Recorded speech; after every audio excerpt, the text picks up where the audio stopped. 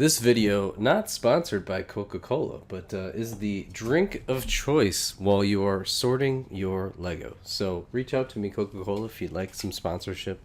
No, thank you so much for joining, my friends.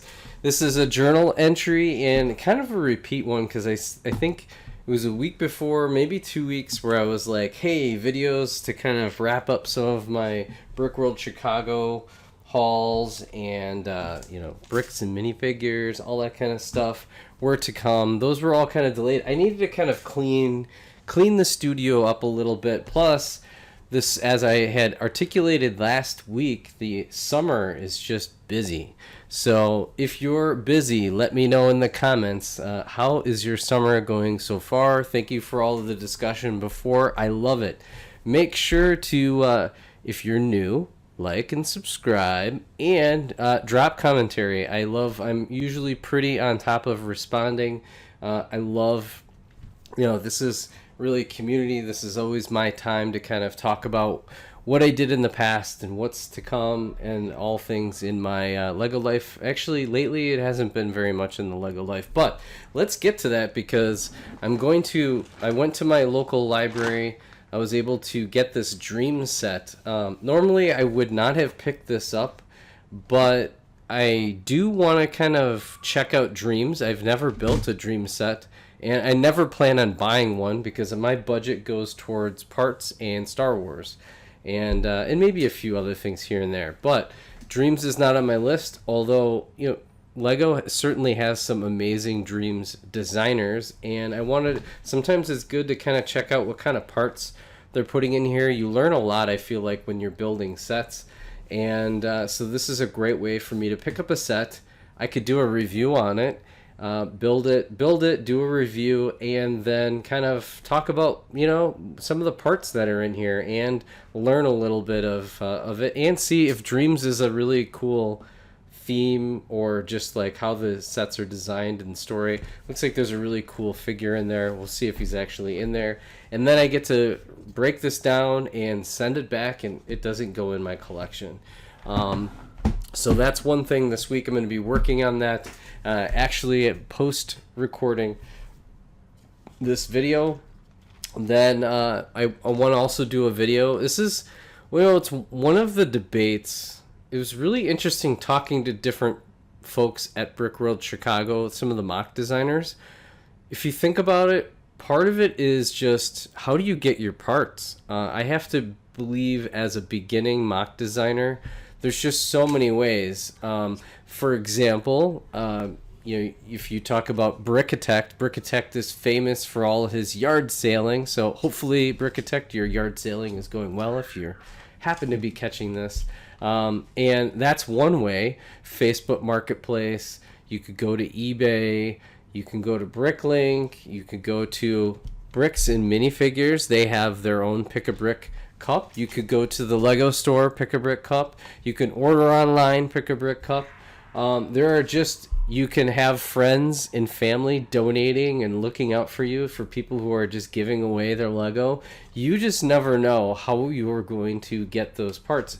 Inevitably, those are just parts. Now, the other way to get parts is by buying sets. And if you buy sets, let's say this set has some of the most amazing pieces that you need for your mock, you might just get this set and then put the rest of the parts for future mocks. Now, it's kind of, are they the right parts, all that kind of stuff, but we're gonna go over that. The other thing you're always kind of mindful are your kind of the cost per part. Now, for unique pieces, you may pay quite a bit, so it's really hard. For set value and price per piece is not always a thing because not all sets have the same. Like some might have a ton of 1x2 plates. Those are like 2 or 3 cents a piece, but they may actually have some larger 4x6 or like 8x8 plates, some really bigger plates, and so those are worth more like 15-20 cents a piece, and so that's kind of hard sometimes to gauge. And then if there's figures in it, that changes the equation altogether. And if there's printed pieces, that ups the cost for Lego because they have to do the design, then they have to actually do the extra printing. I don't think it costs them a ton per piece, but it does cost something, and it changes their whole equation. So again, one of the things I'm really going to explore is just the value of these bricks and minifigs Pick-a-Brick cups. It's a little small comparing them to the Lego variety, where I feel like you would get a ton more. It's roughly 2/3, maybe even like, I don't know. I don't think it's half. Let's say it's 3/5. 3/5 looks about right to me. And I think the price was $8 versus $9, so $1 less. Although Lego now has new pricing, and so I also will be comparing. Oh, as we lose the Pab box. The large box really looks good to me. The small box, it just feels like a ripoff, even though it may not. But what's nice is you can kind of pack these things. So the big box is kind of worth it, although it's a little pricey. I think it's, if I remember right, it's $20, which just, it feels expensive.